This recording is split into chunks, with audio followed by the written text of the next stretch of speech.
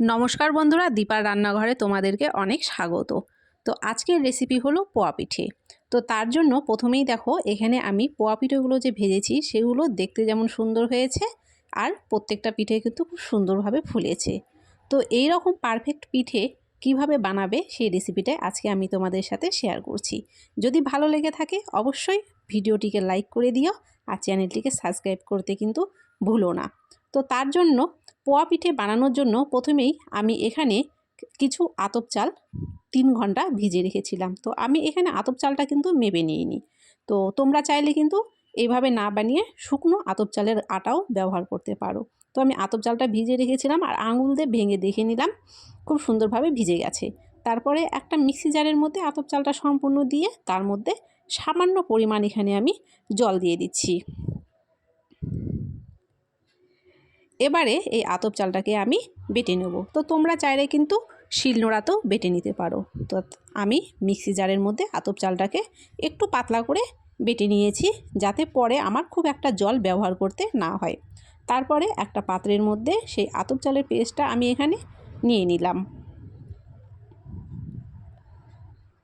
তো তোমরা বুঝতেই পারছো কতটা পাতলা হয়েছে।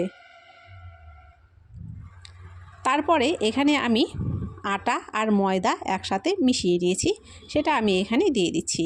তো যতটা পরিমাণ আমি এখানে নিয়েছিলাম আতপ চাল সেই অনুযায়ী এখানে আমি আটা ময়দা ব্যবহার করলাম। আর আজকের পোয়া পিঠে বানানোর জন্য আমি এখানে ব্যবহার করছি গুড়।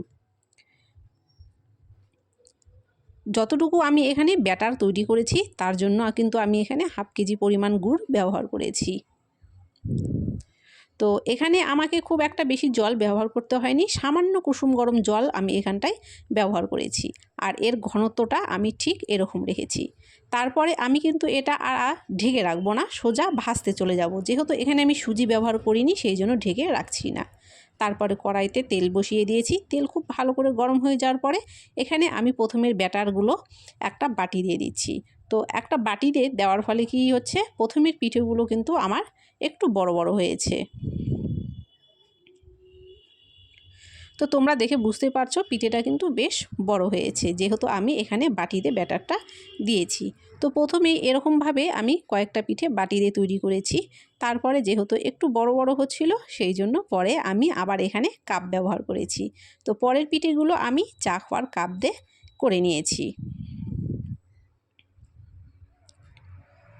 আর তোমরা ভালো করে খেয়াল করলে দেখতে পাবে কিন্তু প্রত্যেকটা পিঠেই কিন্তু এখানে খুব সুন্দরভাবে ফুলেছে। তো এইভাবেই কিন্তু আমি প্রত্যেকটা পিঠে ভেজে উঠিয়ে নিয়েছি। সব পিঠেগুলো আমার ভাজা হয়ে গেছে। এবারে আমি একটা থালের মধ্যে তোমাদেরকে সাজিয়ে দেখিয়ে দিচ্ছি। আর প্রত্যেকটা পিঠে কিন্তু দু সাইডে খুব সুন্দরভাবে ভাজা হয়েছে। তো যাই হোক, তোমাদের আমার এই পিঠের রেসিপি কেমন লাগলো অবশ্যই জানিও। যদি ভালো লেগে থাকে লাইক করে চ্যানেলটিকে সাবস্ক্রাইব করে দিও। আর এইভাবে পিঠে বানালে কিন্তু খুব সুন্দর হয় আর খেতেও কিন্তু দুর্দান্ত হয়। তোমরা ভালো থেকো, সুস্থ থেকো আর এইভাবে পোয়া পিঠে বাড়িতে বানিয়ে দেখো।